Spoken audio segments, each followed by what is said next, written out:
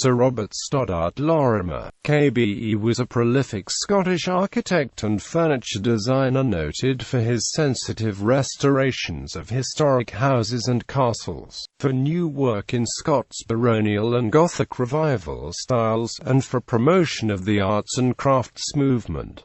Early life. Lorimer was born in Edinburgh, the son of James Lorimer, who was Regius Professor of Public Law at Edinburgh University from 1862 to 1890. In his youth the family lived at 21 Hill Street, a Georgian house in Edinburgh's south side, very close to Old College where his father worked. He was educated at Edinburgh Academy and later at Edinburgh University. He was part of a gifted family, being the younger brother of painter John Henry Lorimer and father to the sculptor Hugh Lorimer. In 1878 the Lorimer family acquired the lease of Kelly Castle in Fife and began its restoration for use as a holiday home. Lorimer began his architectural career in 1885 working for Sir Robert Rowe and Anderson, Indiana, Edinburgh, and in 1889 for George Frederick Bodley in London, returning to Edinburgh to form his own practice in 1891 with his first major restoration commission at Earl's Hall in Fife for a friend of his parents. He was influenced by Scottish domestic architecture of the 16th and 17th centuries and the Scots baronial style of Kelly Castle, where he had spent much time as a young man. From his time in Bodley's office, Lorimer was influenced by the ideas of William Morris, and went on to become a committed exponent of the arts and crafts approach to architecture. He assembled a collaborative group of artists and craftsmen who, collectively, often contributed to his various commissions and to the manufacture of furniture sent to the arts and crafts exhibitions in London. In 1896 he was elected to the Art Workers Guild. Lorimer designed a series of cottages in the arts and crafts style in the Colinton area of Edinburgh, the so-called Colinton cottages. Constructed using traditional methods and materials, each cottage included a garden layout and interior design, including furniture, in keeping with the arts and crafts concept. By 1900, 8 cottages had been built and 4 others were under construction. As his reputation grew, the scale of his commissions increased, including major alterations and additions to important houses in various styles, culminating in 3 entirely new country houses designed in his personal interpretation of Scots Baronial at Rowland, Ayrshire, Ardkinglass, Argyllshire, and Formachine, Renfrewshire.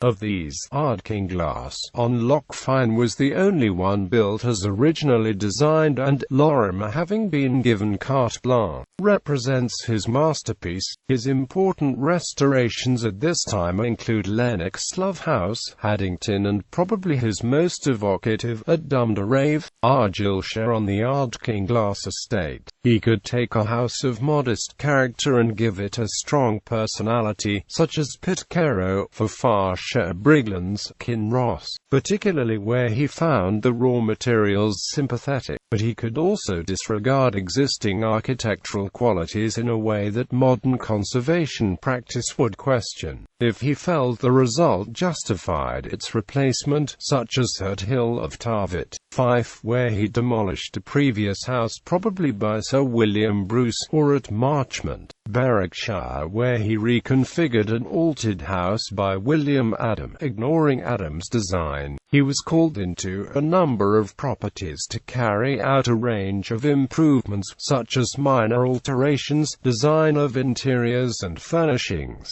work to ancillary buildings, and garden designs and features.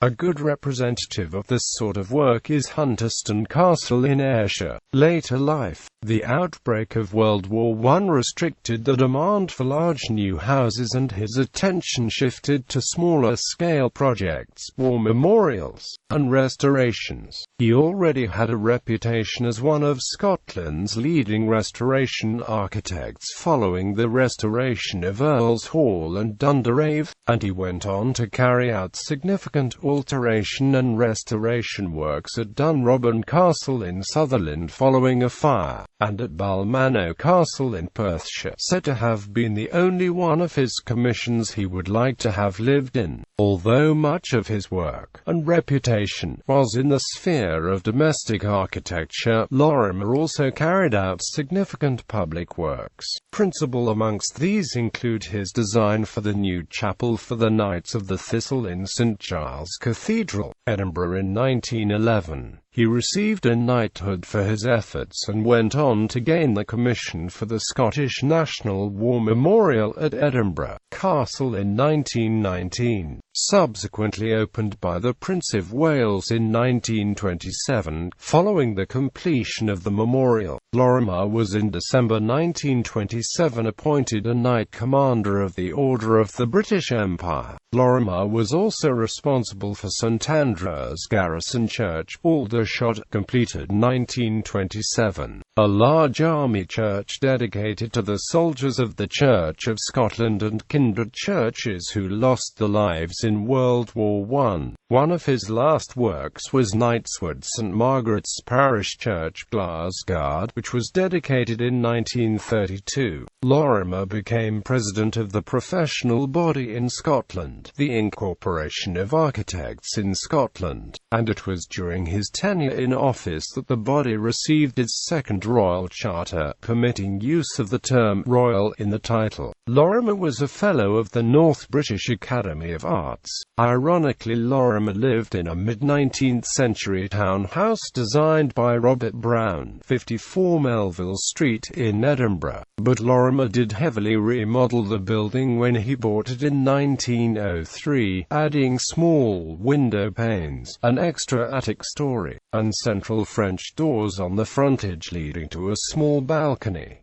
He lived here for 26 years and died here in 1929. He was cremated at the newly opened Warriston Crematorium and his ashes were thereafter buried with his parents at Newburn in rural southeast Fife, close to the family home of Kelly Castle. The grave lies in the extreme southwest corner of this tiny and very remote churchyard, overlooking rural Fife towards the Firth of Forth.